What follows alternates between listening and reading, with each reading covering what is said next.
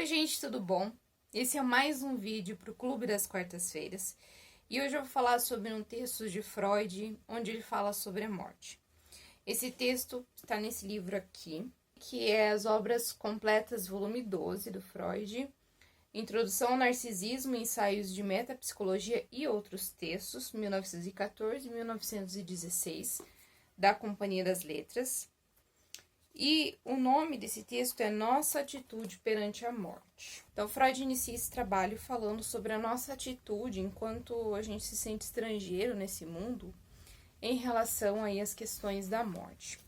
E aí ele vai discorrendo durante o trabalho dele, né? E a morte, apesar dessa atitude diante a morte, não era uma atitude franca. Para quem nos ouvisse, naturalmente nos dispunhamos a sustentar que a morte é o desfecho necessário de toda a vida, que cada um de nós deve à natureza uma morte e tem de estar preparado para saldar a dívida. Em suma, que a morte é natural, incontestável, inevitável, mas, na realidade, nós agíamos como se as coisas fossem diferentes. Então, ele vai elencando aqui, pontuando o quanto nós tínhamos essa atitude de pensar assim, não, a morte ela está muito longe, imagina, né? Não faz parte de nós essa questão da morte. A própria morte seria uma questão muito inconcebível a nós, né? E ele vai pontuando também como que é esse olhar diante da morte do outro. Então, esse trabalho é muito interessante porque ele vai falando qual que é a nossa atitude, o que que a gente esconde diante da morte do outro, né? Às vezes tem até um desejo de que o outro se vá, mas a gente tenta burlar ali os sentimentos, camuflar e dizer que não, que a gente não gostaria que aquele tivesse ido, porque há um misto de amor e ódio, há essa duplicidade aí de sentimentos diante da morte. Em que momento que houve essa situação de culpa diante da morte, né? Então tudo isso ele vai falando nesse texto aqui. A própria morte é também inconcebível. Por mais que tentemos imaginá-la, notaremos que continuamos a existir como observadores, né? Ele trata desse mistério que é a morte, né? A gente não concebe, não quer entender, não sabe o que vem depois dela, se tem um depois dela, né? Todo um mistério. E aí a gente fica existindo aí como observador, como Freud traz. De modo que na escola psicanalítica, podemos arriscar a afirmação de que, no fundo, ninguém acredita na própria morte, ou o que vem a significar o mesmo, que no inconsciente cada um de nós está convencido de sua imortalidade. No tocante à morte de outra pessoa, o homem civilizado evita cuidadosamente falar dessa possibilidade quando aquele destinado a morrer pode escutá-lo. Apenas as crianças ignoram tal restrição. Então, Freud vai falando dessa questão aí que a gente tem de tabu, de cuidado em falar sobre o outro. Às vezes você tá numa situação que, por exemplo, você tá cuidando de uma pessoa que está muito doente, tá aí numa iminência de morte, e de repente até passa esse pensamento pela sua cabeça de que, nossa, se essa pessoa morresse, seria um alívio tanto para ela. De certa forma, aquele que está cuidando pensa também o quanto seria aliviante para ele. E aí vem essa questão da culpa, poxa, tô desejando a morte do outro, mas esse tipo de pensamento vem. E a gente tenta encobrir. E aí Freud fala dessa questão de que a criança, ela traz na inocência e na sinceridade dela essa questão da morte de uma forma muito natural. Tanto que ele fala aqui, por exemplo, se você tem certa coisa que a criança quer, fala, quando você morrer, eu vou querer tal coisa para mim. Então, para a criança é muito natural falar isso, né? Enquanto o adulto fica se escondendo e tem muitas vezes o mesmo pensamento, até pensamentos muito piores do que as crianças, né? Então, ele fala assim, querida mamãe, quando você morrer, eu vou fazer isso e aquilo. Ou tem aquela história assim, a mãe ou a tia, sei lá, tem uma joia, tem uma prataria. Eu até lembro de um filme agora. Falando nisso, lembrei até de um filme. Tem um filme muito bonitinho na Netflix, que é A Livraria. A Livraria? Acho que é A Livraria o nome do filme. Que conta a história de uma mulher que vai abrir uma livraria numa cidade bem pequena. Dá, assim, muito rebuliço essa questão dela abrir a livraria lá, porque tem outros interesses por trás e acabam detonando o trabalho dela, enfim. E ela tem uma amizade com uma menina. E é uma criança muito madura para a idade, uma criança que tem uma perspicácia, ela consegue ver, assim, as coisas nas pessoas de uma forma, assim, incrível para a idade dela. E aí, num dos momentos que a menina vai trabalhar para essa moça lá na livraria, como ajudante, e essa moça tem uma prataria, uma bandeja bonita de prata, pintada ali, com pinturas da China e tal. E a menina fala pra ela, escuta, quando você morrer, você e sua herdeira, você pode me deixar isso aqui como herança? Assim, naturalmente. Tipo, né, vou ficar aguardando que você morra pra que eu tenha essa prataria pra mim, né? E se não me engano, daí quando acontece o desfecho lá do filme, né, essa moça não morre, mas ela vai embora, ela deixa essa prataria pra menina, né? Então, é bem engraçado lembrar que é realmente isso, né? A criança tem disso. O adulto cultivado não pode admitir nem em pensamento a morte de outrem. Tem um trabalho do Freud também. Ai, meu Deus, não lembro qual deles que tem essa questão do desejo da morte. Sim, se não me engano, era o caso de uma irmã que cuidava da outra irmã doente, e essa irmã tinha um desejo ali pelo cunhado, e acabou passando pela cabeça dela que, se de repente a irmã morresse, haveria essa possibilidade de um enlace dela com o cunhado. Então, esse tipo de pensamento passou. Enquanto esses tipos de pensamentos de desejar a morte do outro acaba passando pela cabeça de nós humanos, né? Esses pensamentos a gente recalca e faz de conta que nunca viu, né? O adulto cultivado não pode admitir nem pensamento à morte de outrem, sem considerar-se duro e malvado, a menos que lide profissionalmente com a morte, como um advogado, um médico, né? Então, essa culpa, ela acaba vindo depois. Então, assim, vem esse pensamento e aí a pessoa fica ali depois se culpando, maquinando, ruminando aquilo, né? Ai, porque pensei isso, onde já se viu, desejei a morte do outro. Ao mesmo tempo, eu percebia que aquilo ia aliviar o sofrimento dele, mas me passou pela cabeça esse desejo da morte. E aí ele fala que essa dureza, assim, se considerar duro e malvado, a menos que a pessoa lide profissionalmente com isso, porque ela acaba, né, nessas situações de ser advogado, ser médico, ser veterinário, enfim, ela acaba tendo que ter uma certa dureza, uma certa rigidez ao lidar com isso, porque se torna uma coisa muito corriqueira, né? Eu imagino que o profissional ali da área da saúde, num primeiro momento que ele tem ali uma pessoa que ele perde, um paciente que ele atendia, eu imagino que o baque deve ser, assim, terrível, deve ser triste, deve ser tenebroso. Você lidar com a morte da pessoa, você estava atendendo a pessoa, de repente é você que tem que dar a notícia para os familiares, então eu imagino o quão horrível deve ser isso. Né, e ali os primeiros casos deve ser, assim, devastador, né, e a pessoa tem que ter toda uma estrutura mental para lidar com isso, né? Com essas questões. E ela acaba, assim, criando uma certa carapaça, né? Uma couraça ali, se enrijecendo para poder lidar. Até porque essa frieza dentro do próprio trabalho ali da área de saúde, ela precisa, né? Porque nos procedimentos de saúde, muitas vezes tem que ter muita frieza, né? Aí um cirurgião, por exemplo, ortopédico, né? Dentro do centro clínico ali, tem serra, tem martelo, né? Então a pessoa tem que ter uma frieza muito grande, porque ela vai estar machucando o outro para trazer um benefício para o outro, né? Que é a partir da cirurgia. Faz parte do dia a dia daquele profissional, né? Então ele tem que adquirir essa certa frieza, né? Nesse sentido. Diferente da gente que fica com aquela culpa, né? De ter passado aquela situação pela cabeça.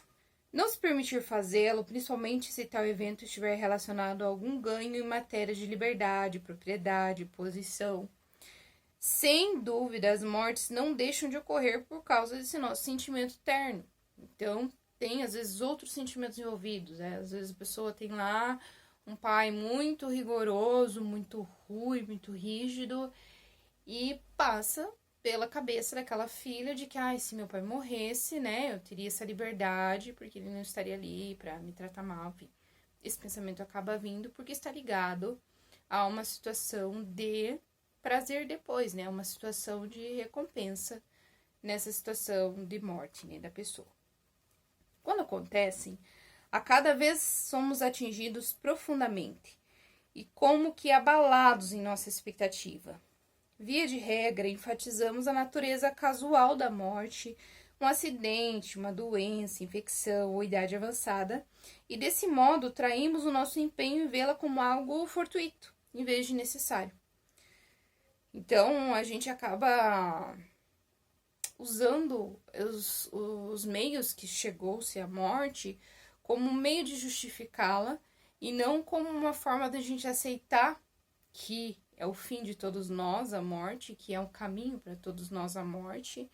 Como anteriormente ele fala sobre essa questão de que lá no nosso inconsciente, nossa, imagina, nem a nossa morte passa pela nossa cabeça, porque a gente vai ser imortal, né?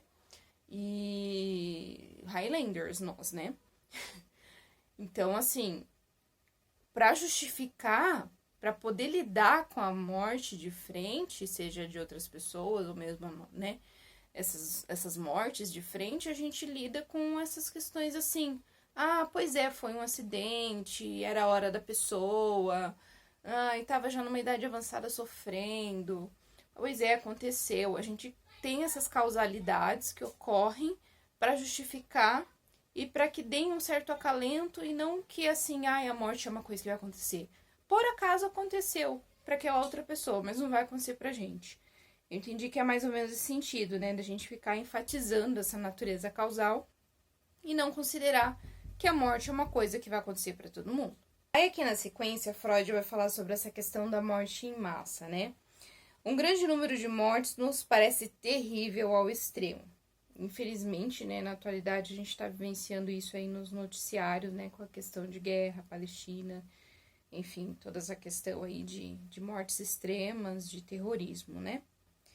E enquanto as guerras, né, que acontecem. Então, esse grande número de mortes em massa, assim, né, nos parece terrível ao extremo. Uma outra questão também terrível ao extremo, de questão de muitas mortes que a gente vivenciou, foi a questão da pandemia, né? Há que considerar que a gente ainda tá aí tendo esses respingos do que foi a pandemia, né?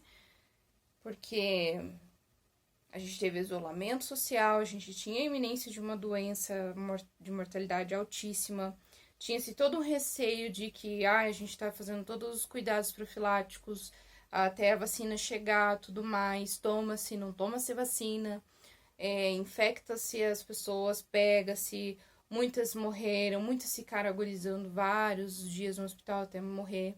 Depois teve essa questão também da morte, né, além de ser muitas mortes, a forma que essas pessoas foram enterradas, muitas pessoas, né, não muitas pessoas não, acho que todas as pessoas, acho que nos últimos momentos ali conseguiram fazer os velórios ali, depois quando já tinha vacina e tal, mas no começo ali, eu lembro que as pessoas não podiam nem fazer velório, né, tinha essa questão aí por conta da contaminação. Então, essas pessoas eram embaladas ali num saco plástico preto, descartadas, né, praticamente, né, em covas, e a gente via nos noticiários covas e covas, enfim, foi devastador toda aquela questão da pandemia, né, e eu fico imaginando o sofrimento dessas pessoas que perderam seus entes queridos, que ficaram um longo período sem poder vê-los até acontecer a morte, né, então, essas pessoas foram internadas, não puderam estar com seus familiares junto ali no internamento, ficaram aquele período sozinhos, sofrendo. Depois aconteceu a morte, então todo o rito que a gente precisa que aconteça, que é o velório, né? O velório, ele tem uma questão uma histórica ali, eu não sei se é verdade ou se é mito, mas eu ouvi dizer que a situação do velório, né, velar-se um corpo por 24 horas, tem a ver com uma questão lá de muitos anos atrás, de que acontecia eventualmente de as pessoas serem enterradas vivas, né? Porque tinha uma questão de parada respiratória e a pessoa voltava, ou aquelas catalepsias, quando as pessoas desmaiam, ficam longos períodos desmaiadas e voltam. E aí achava-se que a pessoa tinha morrido, né? Então era uma época muito antiga, assim, que não tinha recursos suficientes para dizer efetivamente que a pessoa tinha morrido, porque hoje a gente sabe que tem, assim, como saber se a pessoa realmente morreu, né? Principalmente na questão da UTI. Então, quando a pessoa fica no internamento na UTI, ela passa por uns testes ali, né? Feito uns testes para saber se realmente aquela pessoa morreu. Né? Então, tem a morte encefálica, a morte dos órgãos, tem a questão se a pessoa vai doar os órgãos ou não, enfim. Mas é atestado, né? Verificado de várias formas, dos nervos, enfim, vários testes são feitos para dizer assim, não, efetivamente morreu mesmo. Mas antigamente não tinha, né? Esses recursos, né? Era muito precário. Então acontecia da pessoa ser enterrada viva. E aí iam descobrir quando tinha que enterrar outra pessoa, e aí tinha que se desenterrar ali na cova para colocar outra pessoa, e via ali que tinha arranhões por dentro do caixão. Imagina, que horror, né? A pessoa tá viva ali, sufocando e tentando pedir socorro. Meu Deus do céu.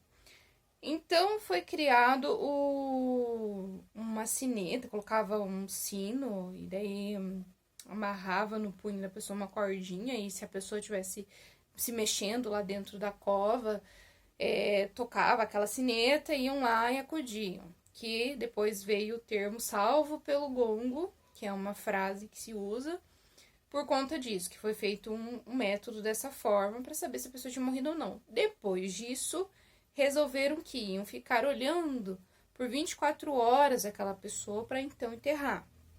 E aí que veio o ritual do velório, né? Não sei se tem mito aí, muita lorota no meio disso, mas tem umas questões históricas que dizem que é mais ou menos nesse sentido que aconteceu as coisas mesmo, né? Pode ter aí uma lenda urbana no meio, pode ter, mas faz sentido. E a gente tem essa questão de ficar ali 24 horas com o corpo, recebe-se os parentes, às vezes vem pessoa de longe para velar aquele corpo. Cada pessoa que tem sua religião faz ali seus ritos finais, né? Seja com padre, com pastor, enfim, acende vela, não acende vela, né? Cada um faz de uma forma, então enterra-se a pessoa. Então eu fico imaginando como que foi, né? Essas pessoas não tiveram nem esse último adeus, porque o momento do velório também é um momento. Eu entendo que é um momento. É um momento processual do luto necessário, sabe? Porque a pessoa tá passando pelo luto, pelas fases iniciais do luto, às vezes ela tá em negação ainda, às vezes ela não entendeu ainda muito o que aconteceu, ou enfim. E aí eu acho que faz parte, que é necessário todo esse rito, a pessoa ver ali a pessoa morta mesmo, poder se despedir daquela pessoa, poder prestar uma última homenagem, dizer algumas palavras, né? Lá nos Estados Unidos eles têm muito esse negócio de fazer discurso, né, nos funerais, fazer tipo um lanche, né? Eu acho até estranho ver isso nos filmes, mas tem esses lanches que eles ficam comendo ali como se fosse uma festa, né? E enfim, e faz os discursos, né? Então essa última homenagem, despedida ali da pessoa e tal. Então imagina quão doloroso foi para essas pessoas não verem seus familiares, não passar por esse processo do velório e não enterrar dignamente. Enfim, né? E assim, a pessoa tava ali, de repente não tava mais. Eu imagino quão traumático foi tudo isso da pandemia para essas pessoas. E assim, quantas famílias que se perderam inteiras, né? Teve pessoas que perdeu assim pai, mãe, filhos, irmãos. É tenebroso isso. E aí Freud vai falar, né, sobre essa questão de quanto é terrível essa questão de morte em massa, né? E aí ele fala qual que é a nossa atitude diante do morto, né? Então, diante do morto, interessante essa parte do texto dele, que ele fala assim, a gente assume uma certa postura, né? É como se a gente guardasse todo o ódio, guardasse todo o rancor, e ali naquele momento a gente considerasse, não, a gente não pode falar mal dos mortos, a gente não pode julgar aquela pessoa que morreu, por mais que ela tenha sido ruim, ou tenha feito coisas que a mim foram desagradáveis. Mas naquele momento da morte eu devo considerar as coisas boas e não falar mal dos mortos, né? O que ele fala aqui. Então, diante do morto, assumimos uma atitude particular, quase que uma admiração por alguém que realizou algo muito difícil. Nós nos abstemos de toda crítica a ele, relevamos qualquer erro da sua parte, sentenciamos que não se fale mal dos mortos, né, de mortus nil sibi bene, e achamos natural que na oração fúnebre e no epitáfio fale-se apenas o que lhe for lisonjeiro. Então, naquele epitáfio ali, aqui a gente tem esse costume de pôr. Eu vejo que assim, aqui, pelo menos na minha cidade, não sei em outras, né, como que é, mas eu vejo assim, que a gente coloca a data, o nome da pessoa, a data do nascimento, do falecimento. Tem pessoas que colocam, às vezes, um versículo da Bíblia, ou coloca, né, Admirável Pai, alguma coisa assim. Então, e lá, né, a gente também vê nos filmes que eles colocam alguma frase ali pra pessoa, né, que a pessoa era boa. Então, sempre eram coisas boas que se coloca nesse epitáfio, né? Então, quando a pessoa for lá levar flor, for lá até o túmulo, vai ter uma frase agradável, não vai estar lá assim, foi um pai ausente, ponto. Foi uma mãe megera que me maltratou. Foi um irmão tenebroso. Foi um marido infiel que nos fez sofrer. Não vai estar esse tipo de coisa. Vai estar só coisas boas. Só coisas maravilhosas, né? Só hipocrisias e mentiras, muitas vezes, né? Que é o que Freud fala. A gente já se abstém dessa verdade, se abstém de falar o que era na real e fala assim, não, vamos cultivar o que era bom da pessoa e só, né? A consideração pelo morto, que afinal já não necessita dela, interessante que ele fala assim, tem essa consideração, mas o morto nem precisa mais dessa consideração da gente, ele já não tá mais entre nós, né? É por nós colocada acima da verdade, e pela maioria de nós também acima da consideração pelos vivos. É muito interessante que Freud fala essa parte aqui. Então, às vezes você tá lá diante da pessoa que realmente foi um caco, foi um pai ausente, bebia, agredia todo mundo, você fala, não, mas ele descansou, tadinho, nossa, né, mas ele fazia alguma coisa decente, ele não sei o quê. E a consideração por aqueles que estavam ali diante, sofrendo, você passa por cima daquilo porque você tá diante da morte, né? Essa postura cultural convencional diante da morte é complementada pelo total colapso que sofremos quando morre alguém que nos é próximo. Um genitor, um cônjuge, um irmão, um filho, um amigo precioso. Enterramos com ele todas as nossas esperanças, ambições, alegrias. Ficamos inconsoláveis e nos recusamos a substituir aquele que perdemos. Nós nos comportamos como os Asra, que morrem quando morrem aqueles que amam. Esse Asra, que tem um asterisco, que fala assim, que é a alusão ao poema Der Asra, de English N, do volume Romanzero. É uma alusão aqui a um poema, então.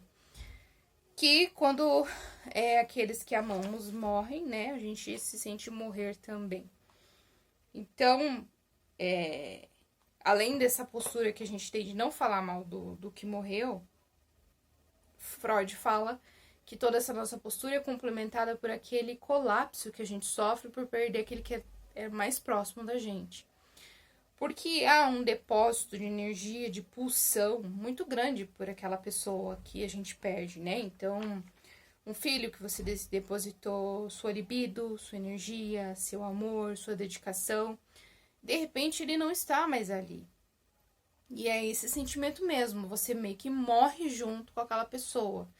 Uma parte de você morre, uma parte deixa de existir, aquela pessoa já não está mais ali.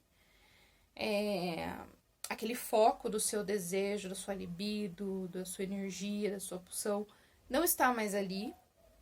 E você perde também uma posição diante daquela situação, porque você já não é mais aquilo também. Aquela pessoa já não está ali complementando, ela torna-se um vazio, e você se torna vazio diante dessa ausência da pessoa também. Porque você deixa de ter o seu filho, por exemplo, né? Falece o filho, você perde aquele ser que você depositou amor, carinho, dedicação, energia,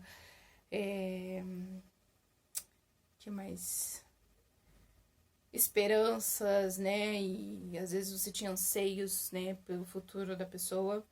E ela não está mais ali.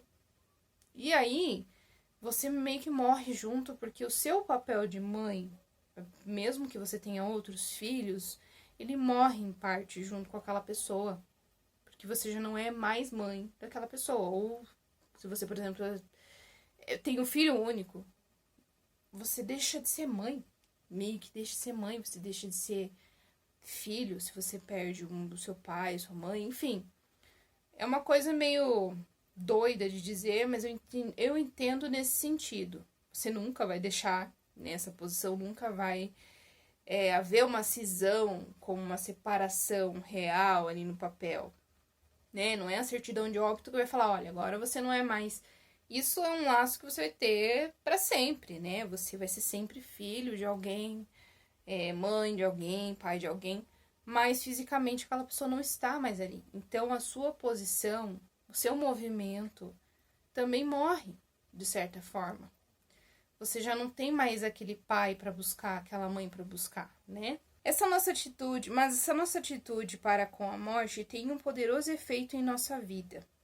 A vida empobrece, perde algo do interesse. Quando a mais elevada aposta no jogo da vida, isso é, ela mesma não pode ser arriscada.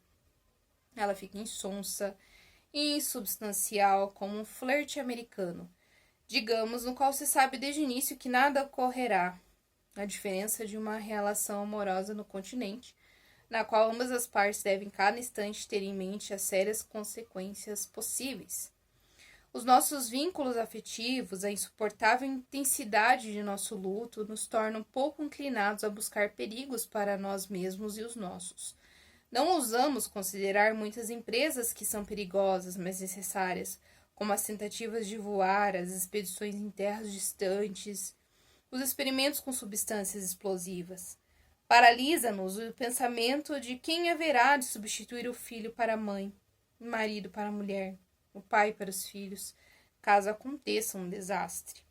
A tendência a excluir a morte dos cálculos da vida traz consigo muitas outras renúncias e exclusões. No entanto, o lema da Liga Hanseática dizia: navigare necet et vivere non necet. Navegar é preciso, viver não é preciso. Então, esse trecho é muito interessante porque, diante da morte daquele que se foi, fica esse vazio, né? E a gente não quer pensar nessa substituição desse vazio. Então, muitas pessoas têm, por exemplo, dificuldade lá em se ficar viúvo. Tem pessoas que ficam viúvas pro resto da sua vida. Tem pessoas que conseguem casar-se de novo. E o triste, o tenebroso, é pessoas sofrerem pressão para superar aquela perda. Isso eu acho, assim, terrível, eu acho invasivo, eu acho desrespeitoso quando as pessoas sofrem esse tipo de coisa dos outros, sabe? Diz a pessoa ali recém perdeu o seu namorado, marido, sei lá, e alguém vem e fala, não, supera, vamos sair, já faz um mês que você tá chorando, uma semana que você tá sofrendo, vamos lá, daqui a pouco você tá nova, imagina, você arranjou outro namorado, sabe? A pessoa desrespeita o sentimento do outro, do luto, nem sabe se a pessoa quer substituir aquele que se foi, ou se ela quer respeitar o luto dela, e se ela não quer substituir, aquela pessoa foi insubstituível para ela, e ela vai passar uma vida inteira com aquela dor, com as lembranças daquela pessoa que se foi, né? E as pessoas, infelizmente, escutam isso, sabe? De que substitua. Tem também a questão da mãe. Não, imagina, vocês são novos, vocês podem ter outros filhos. Quer dizer que desrespeito a pessoa perder um filho. Perder um filho, perder um pedaço de você, quase que perder você inteiro, né? Eu imagino a dor. Daí a pessoa fala, não, imagina, supera, sabe? Mas a gente não escuta assim, ai, arranja outra mãe, já que você perdeu tua mãe. Ai, arranja outro pai. Não, mas essas questões outras aí a gente escuta muito esse negócio de substituir, sabe? E quanto esse processo nosso do luto, que nem ele fala aqui, dessa intensidade, dessa insuportabilidade do luto, o quanto nos fragiliza, tanto o luto nosso como o luto do outro. Então, às vezes, a gente verifica o luto do outro, a perda do outro, a gente fica também naquela, meu Deus, eu tenho medo também de perder, porque eu vi o sofrimento do outro. E aí eu trago essas angústias de, ai, vou tomar cuidado, meu Deus, o outro vai estar bem. Às vezes a gente tem essa questão, né, do cuidado, do zelo, do medo de perder. Esse medo de perder passa, muitas vezes, pela nossa cabeça. Como que vai ser se eu perder fulano? Como que vai ser? Que nem quando a gente é criança, né? Eu lembro que quando eu era criança vinha assim, meu Deus, era um desesperador pensar em perder minha mãe. E eu falava, mãe, como é que vai ser quando eu te perder, né? E esse pensamento vem na cabeça da criança. Ai, meus pais vão morrer um dia, meu Deus, o que vai ser de mim? Como vai ser? A gente sofre. Por antecedência a gente sofre, né? Que nos paralisa, né? Pensar nessa substituição dessas pessoas que se foram, né? Diante da morte. Então, é inevitável que busquemos no fundo da ficção, na literatura, no teatro, substituto para as perdas da vida. Lá encontramos ainda pessoas que sabem morrer e que conseguem até mesmo matar uma outra. E apenas lá se verifica a condição sobre a qual poderíamos nos reconciliar com a morte, de que por trás de todas as vicissitudes da vida, nos restasse ainda uma vida intacta. Eu coloquei uma anotação sobre isso aqui, que a ficção nos permite viver várias vidas e morrer também. Então, como a ficção, literatura, os filmes, teatro, enfim, livros ali, contos, nos fazem, né? Faz com que a gente vá para essa fantasia, que muitas vezes tem a ver com a vida real, mas a gente está ali por uma perspectiva de observador, de narrador, enfim, de observador distante da vida daqueles personagens, e a gente sente todas as emoções e vê todas as emoções, mas é a vida do outro ali na ficção, então a gente vê aquele personagem morrer, a gente às vezes sofre junto, a gente fica na torcida de algum personagem, e até essa questão de uma pessoa matar a outra, né? Às vezes tem um desejo até nosso, escondido, e ali por trás, pela ficção, a gente vê aquilo ali, nossa, acontece, né? Fulano foi lá e matou, e a gente se sente vingado por toda aquela história que tem por trás ali da ficção. Ele fala, e apenas lá, né, nessa questão da ficção, se verifica a condição sob a qual poderíamos nos reconciliar com a morte, de que por trás de todas as vicissitudes da vida, nos restasse ainda uma vida intacta, né? A gente vivendo essa ilusão, essa fantasia, para dizer assim, não, a morte é uma coisa distante de nós, ela tá ali na ficção, até que ela não acontece perto da gente, né?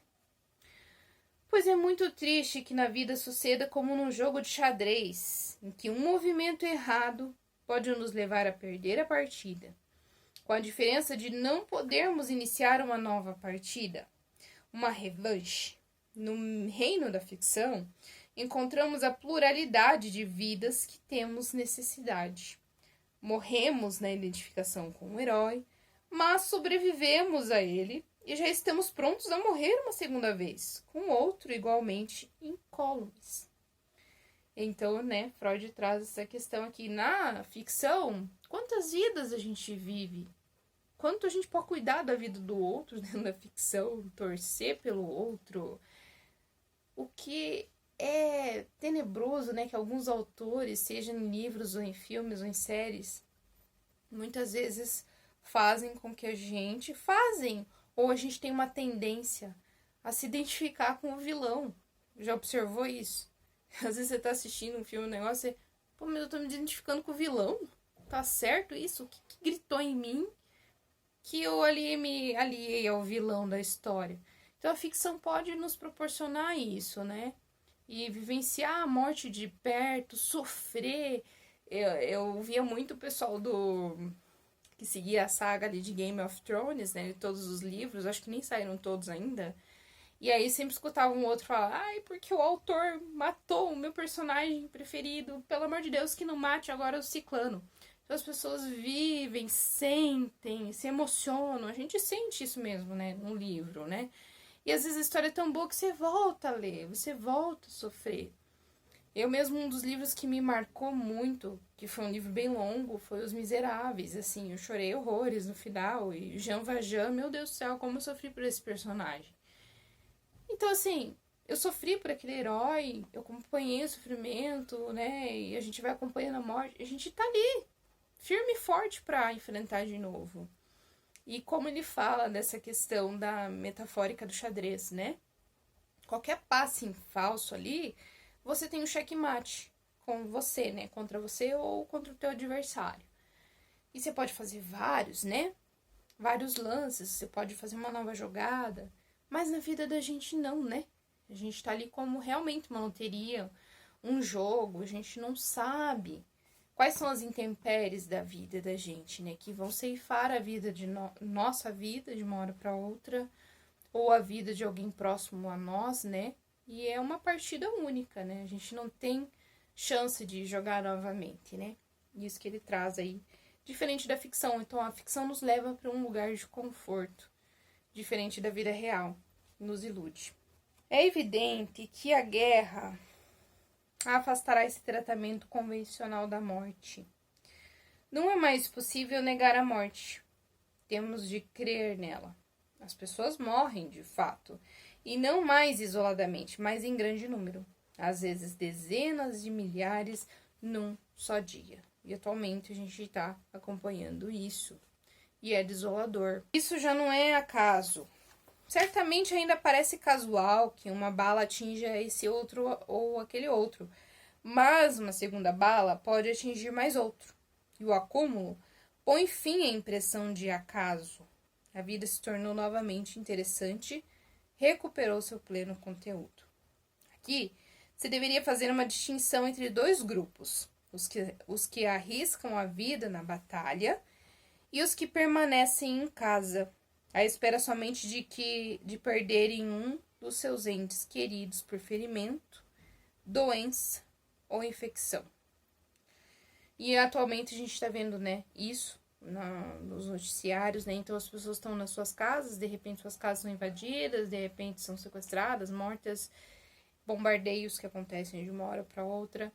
E do outro lado, como ele diz aqui, tem os grupos arriscando suas vidas. Então tem jovens ali, soldados, que não se conhecem e que tem que matar o outro que é tão igual a ele, que é tão jovem quanto ele e que tá tão cheio de medo quanto ele. E tá ali se arriscando, né? Por uma causa que é maior que eles. Claro que seria muito interessante estudar as modificações na psicologia dos combatentes, mas não sei bastante a respeito disso. Freud, né, estava ali vivendo naquele período tenebroso de guerra mundial, né, e teve que até se exilar por conta disso, né, e ele traz essa questão de que seria interessante estudar as modificações na psicologia dos combatentes, e que ele não sabia muito a respeito disso. O quanto que havia, né, que nem nessa época da Segunda Guerra Mundial, não só havia, como ainda existem guerras até hoje, o quanto tem essas questões pós-traumáticas, né, pós-guerras, traumáticas de pós-guerra, né? Então, as sequelas, além de físicas, que esses sobreviventes trazem, né? Falando aí dos soldados, além das pessoas, dos civis que sofrem, mas falando dessa questão dos soldados, essa questão pós-traumática que eles trazem, né? Então, a pessoa já não é mais o mesmo, a pessoa já não consegue ter uma vida como tinha antes, porque dentro da guerra ela viu muita coisa, ela teve que fazer muita coisa, ela teve que superar muita coisa, ela teve que guardar muitos sentimentos, ser duro ali com muitas coisas. E pode ser que ela tenha que ter feito coisas que a ela eram, assim, antiéticas, imorais, enfim. E tudo isso ficou guardado ali. E depois de todos esses transtornos ali psicológicos, né? E muitas vezes eles têm que ter aí todo um acompanhamento psicológico depois, psiquiátrico até muitas vezes, né? A pessoa, infelizmente, ela não volta mesmo depois de uma guerra. Não tem nem como, né? E eu acho, sim, só por achismo, né? Que acontece muito de a perversidade gritar muito, né? Na questão de você estar ali diante da oportunidade de ser perverso e a sua opção ser ou não, e aí você ter essa oportunidade de pôr as suas perversões para fora e a pessoa pôr a perversão para fora, a maldade, tudo aquilo de cruel no momento de guerra, porque ela tá diante de um poder que ela tem, e aquelas que não colocam, né, essa maldade, às vezes ela é até chacoalhada na pessoa, de que por uma questão de instinto, defesa, e ela não consegue, então ela tem que se prender numa rigidez muito grande. Então, tudo isso cria traumas, assim, profundos e tenebrosos, né? Que eu imagino. Devemos nos ater ao segundo grupo, ao qual pertencemos. Já expressei minha opinião de que o desnorteio e a paralisia da capacidade dos quais sofremos seriam determinados essencialmente, entre outras coisas, pelo fato de não podermos conservar nossa atitude anterior frente à morte, e não termos ainda encontrado uma nova. Nisso talvez ajude a apontarmos nossa investigação psicológica para duas outras relações com a morte.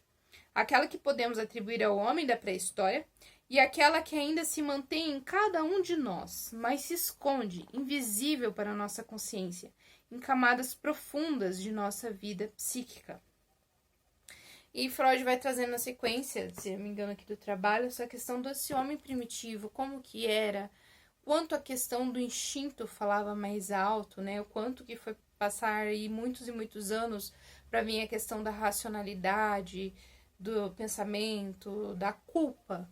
Em que momento que houve a culpa diante da morte do outro. Então, quanto à atitude do homem pré-histórico, né? Quanto à atitude do homem pré-histórico diante da morte, naturalmente só podemos conhecê-la mediante inferências e construções. Mas acho que esses meios nos deram informações razoavelmente confiáveis. O homem primevo ali comportou-se de modo bem peculiar frente à morte, de maneira nada coerente, antes contraditória. Então, por um lado, ele levava a sério a morte e, por outro lado, ele considerava ela como um nada.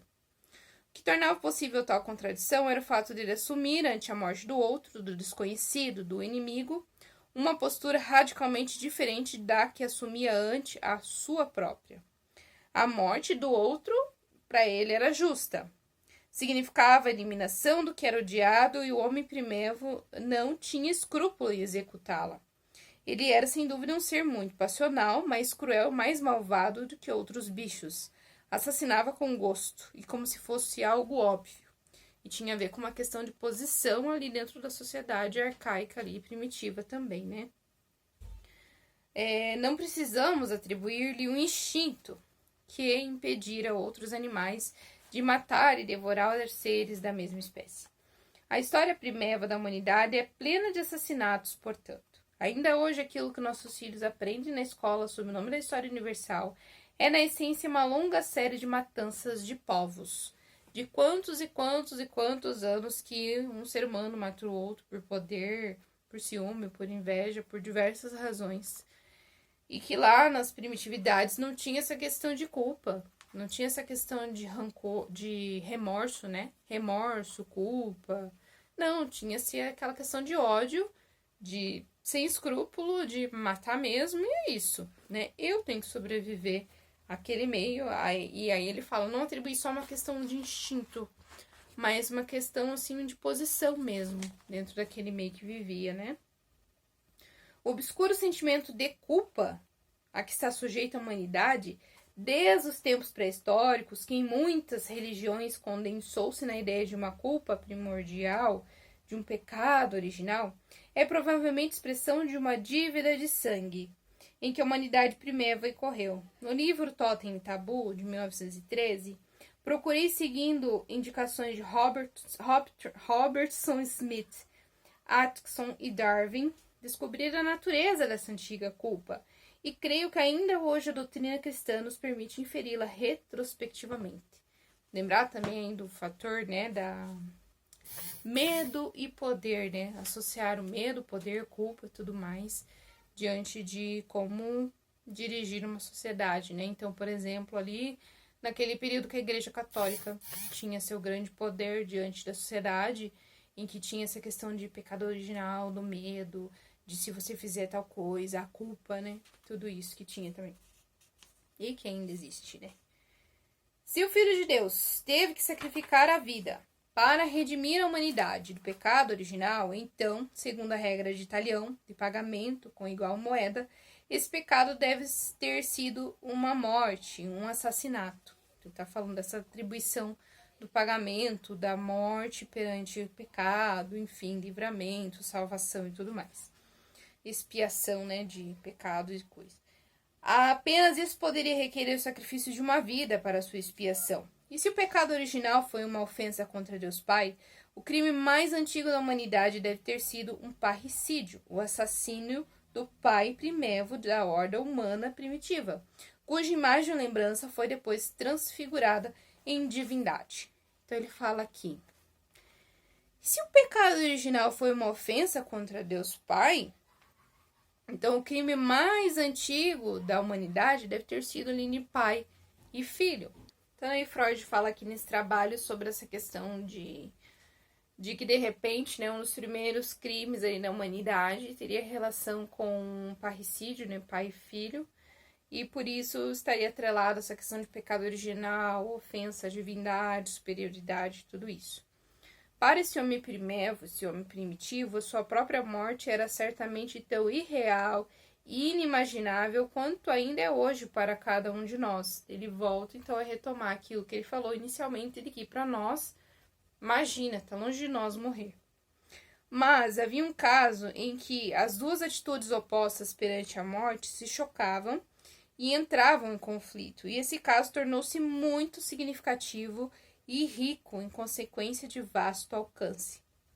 Sucedia quando o homem primevo via morrer um dos seus, sua mulher, seu filho, seu amigo, que ele sem dúvida amava, como nós aos nossos pais, pois o amor não pode ser muito mais novo que o prazer em matar. Então, na sua dor, ele teve que aprender que também ele podia morrer, e todo o seu ser revoltou-se contra tal admissão, pois cada um desses amores era um pedaço do seu próprio amado eu. Por outro lado, essa morte também era justa para ele, pois em cada um desses amores havia também um quê de estrangeiro. Aqui ele traz essa dualidade de amor e ódio, né? Então, ao mesmo tempo que a gente ama aquilo que reflete em nós no outro, então esse amor narcísico nosso que está no outro, que a gente destina o amor, então quando a gente perde aquele que a gente ama, a gente perde um pedaço da gente, ele traz também essa questão dualidade do ódio, daquilo que tinha de estranho também que o outro levou quando morreu. Além da ambivalência dos sentimentos que ainda hoje domina as relações afetivas com as pessoas que mais amamos, certamente vigorava a completude ainda maior na pré-história. Assim, esses amados falecidos tinham também sido estranhos e inimigos. Tinham sido também estranhos e inimigos, que haviam despertado nele uma parcela de sentimentos hostis. Então, ele traz essa dualidade de sentimentos que lá no homem primitivo teve também. Inicialmente também tinha hostilidade, tinha um certo ódio, depois teve a relação de amor. E nós, nas nossas relações amorosas, afetivas, a gente traz essa dualidade, porque a gente tem os momentos que a gente tem raiva de quem a gente ama, né? E a gente tenta pôr panos quentes nesses sentimentos, mas eles existem. Quando a gente briga com o companheiro da gente, com o namorado, com o esposo, com o filho, enfim, com o pai, com a mãe, você tem aquela questão de raiva ali. Às vezes, né, dá até uma xingadinha ali por pensamento, porque tem essa questão da raiva, do ódio junto, atrelado ao sentimento amoroso. Os filósofos afirmaram que o enigma intelectual posto ao homem primitivo pela imagem da morte o obrigou a refletir e veio a ser o ponto de partida de toda a especulação. Acho que aí os filósofos pensam muito, filosoficamente, não cuidando dos motivos primariamente operantes. Por isso, eu gostaria de limitar e corrigir a afirmação. O homem primevo, né, o homem primitivo, teria triunfado junto ao corpo do inimigo abatido, mas sem ver razão para quebrar a cabeça com os enigmas da vida e da morte. Não seria o enigma intelectual nem qualquer morte que teria liberado a pesquisa humana, mas sim o conflito de sentimentos por ocasião da morte de pessoas amadas e ao mesmo tempo estranhas e odiadas. Desse conflito de sentimentos nasceu em primeiro lugar a psicologia. O homem não podia mais manter a morte à distância, já que havia provado na dor pelos falecidos, mas não queria admiti-la, por não poder imaginar-se morto. Então, o homem primevo se viu diante dessa questão da morte, inicialmente, que era uma coisa banal que acontecia e que era necessária, só que ele começou a sentir de perto, principalmente quando ele perdia aqueles seus entes amados ali. E aí ele começou a relacionar, opa, mas se eles morrem, eu também posso morrer. E aí eu não quero pensar nisso para eu também não me imaginar morto. Aí começou essa questão do pensamento sobre a morte. Então, incorreu em compromissos, admitiu a morte também para si, mas contestou-lhe o significado de aniquilamento da vida, algo que não tivera motivos para fazer quando a morte de um inimigo. Junto ao cadáver de alguém que amara, ele inventou espíritos, e a consciência de culpa, pela satisfação que se mesclava ao luto, fez com que tais espíritos recém-criados se tornassem maus demônios que inspiravam medo. As modificações trazidas pela morte levaram a decompor o indivíduo em um corpo e uma alma. Originalmente várias almas. De tal maneira, o seu curso de pensamento seguia paralelo ao processo de desintegração que a morte introduz. A contínua lembrança dos falecidos tornou-se a base para supor outras formas de existência. Deu-lhe a ideia de uma sobrevida após a morte aparente. Então, esse homem primitivo, diante da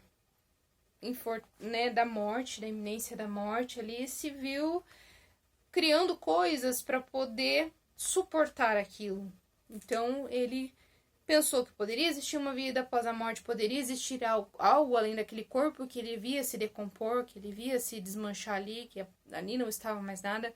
Então, poderia existir uma alma que se tornava invisível, que se ia para algum lugar, e que existiria uma forma, além morte. E aí a gente tem essas questões de existir uma vida após a morte, a vida eterna, o paraíso, e todas as crenças e religiões que a gente, traz, que cada religião traz o seu pós-morte aí de uma forma diferente, Então, dentro do catolicismo, a gente tem essa questão da ressurreição, da vida eterna, da ressurreição em corpo e alma, que Jesus vai voltar e vai trazer os justos para junto dele, e que a gente vai ressuscitar e estar junto de Deus, num paraíso, e cada um tem a sua imagem de paraíso, Cada um imagina de uma forma. Assim, os espíritos vêm de uma outra forma, que o espírito do corpo daquele que desencarnou vai voltar em um novo corpo, Ele passa, é como se esse espírito passasse por um estudo numa vida inteira para se tornar uma alma boa, uma alma que se dedica a cuidar do outro, que se dedica a ser uma pessoa boa, para daí esse espírito evoluir e vir em um outro corpo novo, curado, enfim. Cada crença, cada religião tem a sua crença nesse pós-morte, que é para todos nós um mistério, Afinal, ninguém voltou para dizer como é que é essa questão da morte. Então, desde essa questão primitiva, o homem traz essa questão de conforto, de acalento, de existir pós-morte. No início, essas experiências posteriores eram somente apêndices àquela arrematada pela morte, espectrais, vazias de substância e menosprezadas até uma época tardia. Ainda possuíam um caráter de mísero expediente. Recordemos o que a alma de Aquiles responde a Ulisses. Aí ele tem um trecho aqui de Odisseia. Apenas mais tarde as religiões vieram a proclamarem essa outra existência, aquilo que eu falei sobre as religiões, mais preciosa e plenamente válida, reduzindo a uma mera preparação a vida que termina com a morte. Então a vida é uma preparação, a gente tem que cuidar o que faz, se redimir dos nossos pecados, para que a gente possa merecer uma vida eterna posterior à morte, plena de salvação, que a gente não vá para o inferno, que a gente vá direto para o céu, paraíso e tudo mais. Depois disso, foi algo apenas consequente prolongar a vida no passado, inventar existências anteriores, transmigração das almas, reencarnação, tudo com o propósito de roubar à morte seu significado de abolição da vida. Então, quando o homem se viu diante de que a morte está aí, não tem o que fazer, ele viu os entes queridos ali morrerem ao seu lado, começou a tomar consciência de que, se isso está acontecendo com eles, vai acontecer comigo também. Eu não posso viver daqui para frente pensando que aqui acaba a minha existência. Eu tenho que imaginar que depois daqui eu tenho a chance de ter uma vida melhor. Eu tenho uma chance de estar em um lugar legal. Eu tenho a chance de que se hoje eu vivo uma vida de miséria, de dor e sofrimento, eu vou ter uma vida plena de alegrias e felicidades. Então, eu crio esse pós-morte para me consolar de que a vida se termina em algum momento. Foi assim, cedo, que teve início a negação da morte, que designamos como cultural convencional. Junto ao corpo da pessoa amada, surgiram não só a doutrina da alma, a crença na imortalidade e uma poderosa fonte da consciência de culpa humana, mas também os primeiros mandamentos éticos. A primeira e mais significativa proibição feita pela consciência que despertava foi: não matarás. Foi adquirida ante o morto amado, como reação frente à satisfação do ódio que se escondia por trás do luto, e gradualmente estendeu-se ao estranho não amado, e por fim também ao inimigo. Neste último caso, não é mais sentida pelo homem civilizado. Quando a selvagem luta dessa guerra estiver decidida, cada um dos combatentes vitoriosos retornará feliz para o lar, para sua mulher e seus filhos, desimpedido e sem perturbar-se com a lembrança dos inimigos que matou em corpo a corpo ou por armas de longo alcance, que ele está falando da questão da guerra, né? Então, diante dessa crença do pós-morte, da mortalidade, começou-se a cultivar o quê? Essas questões éticas que não se mata o outro, né? E aqui ele está falando sobre o homem civilizado, que depois da guerra, ele teria que estar desimpedido e sem se perturbar com a lembrança dos inimigos quando ele estiver diante da sua família, sendo que isso, né, infelizmente, não acontece. É digno de nota que os povos primitivos que ainda se acham na Terra e que certamente estão mais próximos do homem primevo do que nós, conduzem-se de maneira diferente nesse ponto. Eu lembrei de uma questão agora, essa situação do morte, da nossa aceitação da morte, do que eu até falei nos meus stories lá no Instagram sobre isso, sobre a série WandaVision, que tem disponível na Disney, e citei também o filme chamado A Mulher na Janela. E a WandaVision, ela é uma personagem lá que cria uma vida, um mundo paralelo, um espaço-tempo diferente para não lidar com a morte, para negar o luto. Então ela cria todo um mundo imaginário, ela ressuscitou o corpo do marido dela, enfim. Ela queria reviver infinitamente aquela vida que ela tinha perdido, aqueles entes amados, né? Prolongamento dessas mortes. Na Mulher na Janela, ela falava constantemente com esse marido, tinha narração, e aí você vai descobrindo que esse marido morreu, essa filha também morreu. Então, no inconsciente da pessoa, ela estava viva ali, a pessoa se foracluía mentalmente para não viver aquela dor do luto de que a pessoa não tá mais ali. E essas questões de morte aí, que tem questões éticas, questão da eutanásia, questão de prolongamento da vida do outro, tem aquela questão de congelar o corpo, né, da pessoa para que ela tenha uma vida imortal, a questão de robôs, tem uma série chamada Better Than Us, uma coisa assim, que é sobre robôs, assim, bem humanoides, bem, assim, realistas. E uma das personagens, ela tem um robozinho criança, porque ela também não consegue lidar com a situação de morte do seu filho. Então, foi criado um robô idêntico ao filho dela, a qual ela faz de conta que é um filho, mas é um robô. Então, até onde vai o ser humano para não lidar com a questão da finitude da vida? Até onde vai o ser humano por não conseguir lidar com a dor de perder aquele ser amado? Né? O que ele faz? Como ele prolonga tudo aquilo, né? Esse sofrimento vai se prolongando, de certo modo. O selvagem australiano, bosquímaco, fueguino, não é absolutamente um matador sem remorso. Ao retornar vitorioso de uma expedição guerreira, ele não pode pisar o chão de sua aldeia, nem tocar em sua mulher sem antes espiar por meio de penitências, às vezes prolongadas.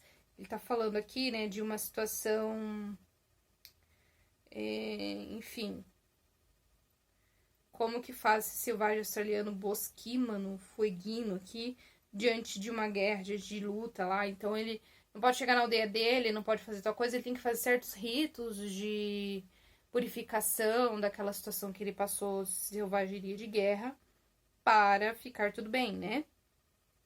Mas os espíritos dos inimigos abatidos não são outra coisa que a expressão de sua má consciência devido à dívida de sangue. Por trás dessa superstição está um quê de sensibilidade e ética que nós, homens civilizados, já perdemos. Aí ele cita aqui para dar uma olhadinha em Totem e Tabu. Almas piedosas que bem gostariam de ver nossa natureza longe do contato com o que for mal e vulgar, certamente não perderão a oportunidade de fazer, a partir da precocidade do caráter imperioso da proibição de matar, inferências confortantes a respeito da força dos impulsos éticos que estariam arraigados em nós. Mas, infelizmente, esse argumento prova antes o contrário. Uma proibição tão forte pode se dirigir apenas a um impulso igualmente forte. O que nenhuma alma humana cobiça, não é necessário proibir, excluir-se por si mesmo. A própria ênfase da proibição não matarás dá-nos a certeza de vir de uma interminável série de gerações de assassinos, nos quais o prazer em matar, como talvez em nós mesmos ainda, estava no sangue. As aspirações éticas da humanidade, cujo vigor e importância não carece discutir, são uma conquista da história humana. Medida infelizmente muito instável, tornaram-se patrimônio herdado dos homens de hoje. Deixemos agora o homem primevo, voltando-nos para o inconsciente em nossa própria vida psíquica. Aqui nos apoiamos inteiramente no método de investigação da psicanálise, o único que atinge essas profundezas. Qual é, perguntamos, a atitude de nosso inconsciente ante o problema da morte? A resposta deve ser quase a mesma daquela do homem primevo. Neste, como em muitos outros aspectos, o homem da pré-história continua a viver inalterado em nosso inconsciente. Portanto, nosso inconsciente não crê na própria morte, faz como se fosse imortal. O que chamamos de nosso inconsciente, as camadas mais profundas de nossa alma, constituídas de impulsos instintuais, não conhecem em absoluto nada negativo, nenhuma negação. Nele os opostos coincidem. E por isso não conhece tampouco a própria morte, a qual só podemos dotar de um conteúdo negativo. Logo, não existe em nós nada instintual que favoreça a crença na morte. Talvez esteja aí o segredo do heroísmo. A fundamentação racional do heroísmo repousa no julgamento de que a própria vida da pessoa não pode ser tão valiosa quanto certos bens abstratos e universais. Mas acho que bem mais frequente deve ser o heroísmo instintivo e impulsivo, que não considera tal motivação e enfrenta os perigos simplesmente conforme a certeza do João Bate-Pedra de Anselm Gruber. Nada te pode acontecer. Ou tal motivação serve apenas para afastar os escrúpulos que poderiam deter a reação heróica que corresponde ao inconsciente. Já o medo da morte, que com frequência nos domina mais do que pensamos, é algo secundário e, em geral, proveniente da consciência de culpa. Então, a gente tem a motivação da morte arcaicamente lá no nosso inconsciente, e o medo da morte ele vem em consequência da culpa, de forma consciente ali. Por outro lado, admitimos a morte para estranhos e inimigos e os condenamos a ela com a mesma disposição e leveza que o homem primitivo. Mas aqui há uma diferença que na realidade consideraremos decisiva. O nosso inconsciente não executa o assassínio, apenas o imagina e deseja. Não seria justo, porém, subestimar tão completamente essa realidade psíquica em comparação à fática. Ela é significativa, prenhe de consequências. Em nossos impulsos inconscientes eliminamos, a todo dia e momento, todos os que nos estorvam o caminho, que nos ofenderam e prejudicaram. O vá para o inferno, que não raro nos vem nos lábios com mau humor brincalhão, e que na verdade quer dizer que a morte o leve. É, em nosso inconsciente, um desejo sério e vigoroso de morte. Sim, o nosso inconsciente mata, inclusive por ninharias, como a antiga legislação ateniense de Draco não conhece outro castigo senão a morte. E isso, com uma certa coerência, pois cada ofensa ao nosso todo-poderoso e soberano eu é, no fundo, um crimen lese majestatis. Então, Freud traz essa questão de que inconscientemente a gente tem ainda desse homem primitivo, essa primitividade do matar, do desejar a morte do outro, de querer que o outro se lasque. Então, o tal do vá pro inferno, na verdade, é um desejo que o outro morra. Mas a gente tem a culpa, né? E a gente tem a repressão. E a culpa, a repressão, o recalcamento desses sentimentos. Nem todos, né? Nem todas as pessoas. De modo que também nós, se formos julgados por nossos desejos inconscientes, somos um bando de assassinos, tal como os homens primitivos. É uma sorte que todos esses desejos não tenham a força que ainda lhes atribuíam os homens da pré-história. No fogo cruzado das maldições recíprocas à humanidade, já teria muito perecido, não excluindo os melhores e mais sábios dos homens e as mais belas e amáveis entre as mulheres. Então aí eu grifei aqui, ó, não há santidade sobre a terra, somos todos pecadores mesmos. Então por mais que tenha ali, todo um viés de bondade, não sei o quê, todos nós, inconscientemente, temos sim aqueles pensamentos vingativos, sádicos, inconscientes. Coloca-nos diante de uma questão brutal, terríveis, ou a gente se imagina numa situação muito próxima a nós, uma situação terrível, se não é incutido em nós ali pensamentos abomináveis, terríveis, de vingança, com requintes assim, ó, detalhados na nossa cabeça. Será que não tem? No mais bonzinho dos corações, será que não tem o sadismo ali dentro desse inconsciente? É isso que Freud fala, tem lá dentro no nossa agressividade, dentro desse inconsciente. Com afirmações desse tipo, a psicanálise não acha crédito junto à maioria dos leigos. Então ele fala assim, ó, com esse tipo de afirmação, então a psicanálise fica descrédito aí na maioria das pessoas que não entendem na psicanálise. Falam, olha, o tipo de tudo isso são rejeitadas como calúnias, que não merecem crédito perante as asseverações da consciência. E habilmente se ignoram os pequenos indícios mediante os quais o inconsciente costuma se revelar à consciência. Por isso, é oportuno registrar que muitos pensadores que não podem ter sido influenciados pela psicanálise denunciaram bem claramente a disposição que nossos pensamentos secretos têm para eliminar o que nos estorva o caminho, não fazendo caso da proibição de matar. Daí, ó. Matamos em pensamento quem nos atrapalha. Foi uma observação que eu coloquei sobre isso. Entre muitos exemplos, recordarei aqui apenas um que se tornou famoso. Em O Pai Gariote, de Balzac, alude a uma passagem das obras de Rousseau, na qual esse autor pergunta ao leitor o que este faria se, sem deixar Paris e naturalmente sem ser descoberto, pudesse matar, por um simples ato de vontade, um velho mandarim em Pequim, cujo pensamento lhe traria enorme vantagem. Ele dá a entender que a vida desse designatário não lhe parece muito garantida. Tui son mandarim, matar seu mandarim, tornou-se uma expressão proverbial para essa disposição oculta que é também dos homens de hoje. Há igualmente um bom número de piadas, anedotas cínicas que depõem no mesmo sentido, como, por exemplo, a frase atribuída a um homem casado que diz: "Quando um de nós dois morrer, eu me mudo para Paris." Tais piadas cínicas não existiriam se não transmitissem uma verdade negada, que não nos permitimos reconhecer quando é expressa de modo sério e franco. Sabe-se que brincando podemos dizer até mesmo a verdade.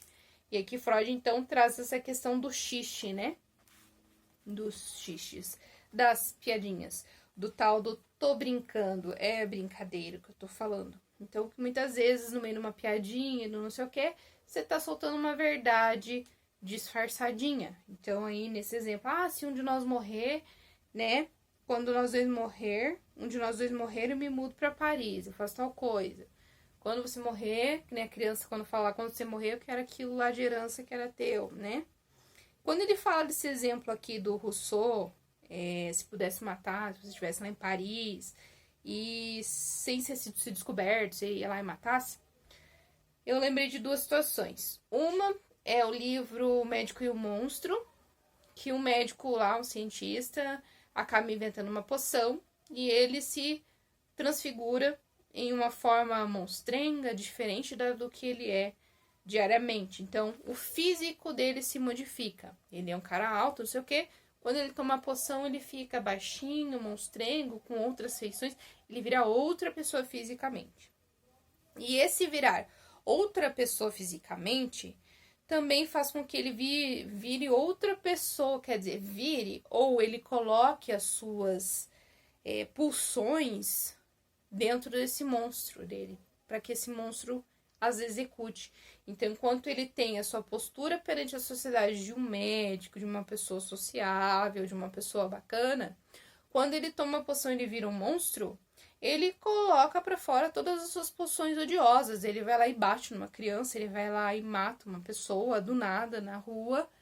Tudo que tem de mal, de cruel, perverso, que ele tem vontade de fazer quando ele está naquele corpo transfigurado de monstro, ele realiza. Então, eu lembrei desse exemplo aqui. Assim como... e uma outra situação também é do filme O Psicopata Americano. O Psicopata Americano é um filme que me deixou, assim, depois pensando, gente, foi real, não foi real, era tudo na cabeça daquele cara. E uma das cenas iniciais ali, ele sai e ele mata uma pessoa, um morador de rua. Porque a pessoa é morador de rua, ele ofende aquele morador de rua e ele mata friamente e sai andando. Ele quer colocar um gato dentro do caixa eletrônico para matar, e ele mata várias pessoas, e depois você fica calma, matou mesmo, não matou, né? E então isso aqui me lembrou muito essa questão da morte, né? Do instinto dessa questão ali inconsciente da morte, do desejo da morte do outro, do pensamento de morte e tudo mais, do desejo de que outro se lasque, se prejudique, né? Assim como para o homem primevo, também para o nosso inconsciente é um caso em que as duas atitudes opostas em relação à morte, uma que a admite como a aniquilação da vida, outra que a nega como sendo irreal, se chocam e entram em conflito. Então, pensar que ela é irreal, que ela não é palpável, que ela é invisível, e ao mesmo tempo imaginar que não, que ela é real, que as pessoas morrem e que esse é destino de todo mundo, isso é um choque muito grande para o ser humano. E esse caso é como na pré-história, a morte ou o risco de morte de um dos nossos amores, de um genitor, cônjuge, irmão, filho, um amigo dileto. Esses amores são para nós uma propriedade interior, componentes de nosso próprio eu, mas também estranhos em parte, mesmo inimigos. O mais terno e o mais íntimo de nossos laços amorosos tem, com ressalva de bem poucas situações, um quê de hostilidade, que pode incitar o desejo inconsciente de morte. Quer ver uma coisa tenebrosa também? Às vezes tem uma situação assim, irmãos, tal, né?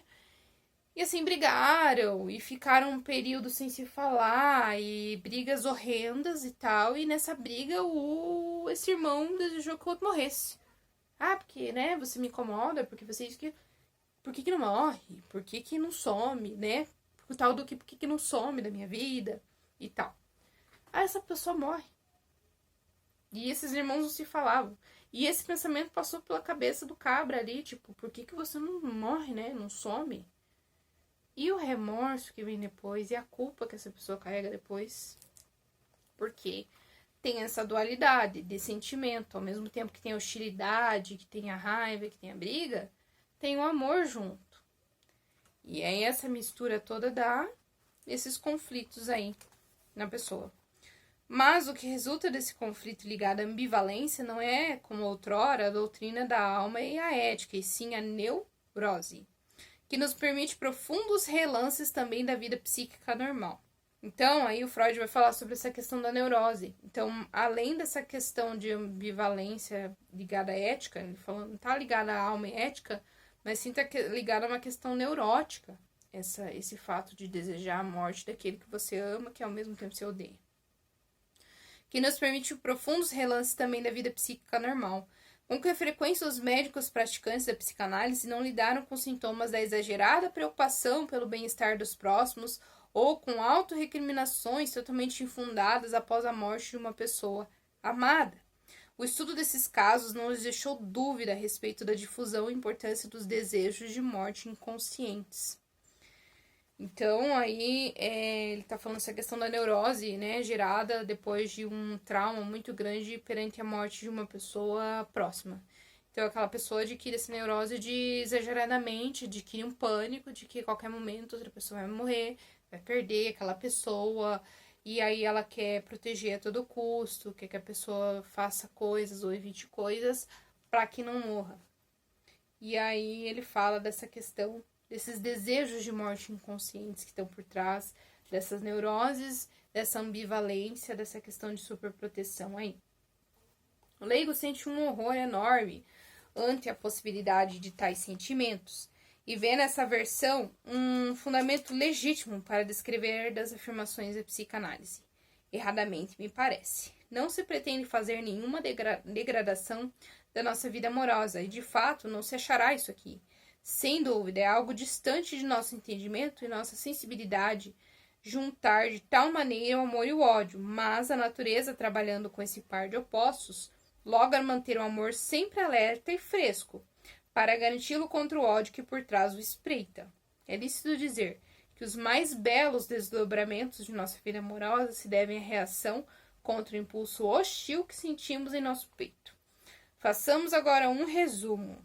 Nosso inconsciente é tão inacessível à ideia da própria morte, tão ávido por matar estranhos, tão dividido, ambivalente em relação à pessoa amada, como o homem das primeiras eras. Mas como nos afastamos desse estado primevo em nossa atitude cultural convencional diante da morte? É fácil ver como a guerra interfere nessa dicotomia. Ela nos despe das camadas de cultura posteriormente acrescidas e faz de novo aparecer o homem primitivo em nós. Então, ele falando dessa questão da guerra aqui, ó. É fácil ver como a guerra interfere nessa dicotomia aqui, ó. Essa questão inconcebível da morte que está no nosso inconsciente, ao mesmo tempo pelo desejo ávido de matar, é fácil ver como a guerra interfere nessa dicotomia. Ela nos despe das camadas de cultura posteriormente acrescidas e faz de novo aparecer o homem primitivo em nós. Porque dentro de uma guerra, dentro de um conflito, o que vai falar mais alto? O instinto de sobrevivência, o instinto de matar e o desejo de matar outro. O ódio ali vai se sobressair muitas vezes. Ela nos força novamente a ser heróis, que não conseguem crer na própria morte. Ela nos assinala os estranhos como inimigos, cuja morte se deve causar ou desejar. Ela nos recomenda não considerar a morte de pessoas amadas, mas a guerra não pode ser eliminada. Enquanto as condições de existência dos povos forem tão diferentes e tão fortes as aversões entre eles, há de haver guerras. Olha que esse ponto do Freud. Enquanto as condições de existência dos povos forem tão diferentes e tão fortes as aversões entre eles, há de haver guerras. Freud, dá uma olhada no que está acontecendo hoje, Freud. Então, se apresenta a pergunta: não deveríamos ceder e nos adaptar a ela? Não deveríamos admitir que, com nossa atitude cultural diante da morte, vivemos psicologicamente acima dos nossos meios, mais uma vez, e voltar atrás e reconhecer a verdade? Não seria melhor dar à morte o lugar que lhe cabe, na realidade, em nossos pensamentos, e pôr um pouco mais à mostra nossa atitude inconsciente ante a morte, que até agora reprimimos cuidadosamente? Isso não parece uma realização maior? Seria antes um passo atrás em vários aspectos, uma regressão, mas tem a vantagem de levar mais em conta a verdade e nos tornar a vida novamente suportável. Suportar a vida continua a ser o primeiro dever dos vivos. A ilusão perde o valor se nos atrapalha nisso. Então, o primeiro dever dos vivos ali, ó, é suportar a vida. A ilusão perde o valor se nos atrapalha nisso. Recordemo-nos do velho ditado: si vis pacem para bellum. Se queres conservar a paz, prepara-te para a guerra. No momento atual, caberia mudá-lo: si vis vitam para a morte. Se queres aguentar a vida, prepara-te para a morte. E é assim que Freud encerra esse texto aqui. Que, né, com a realidade que nós estamos passando atualmente, né, é um texto para se refletir bastante. Espero que vocês tenham gostado desse vídeo. e nos vemos no próximo. Até mais!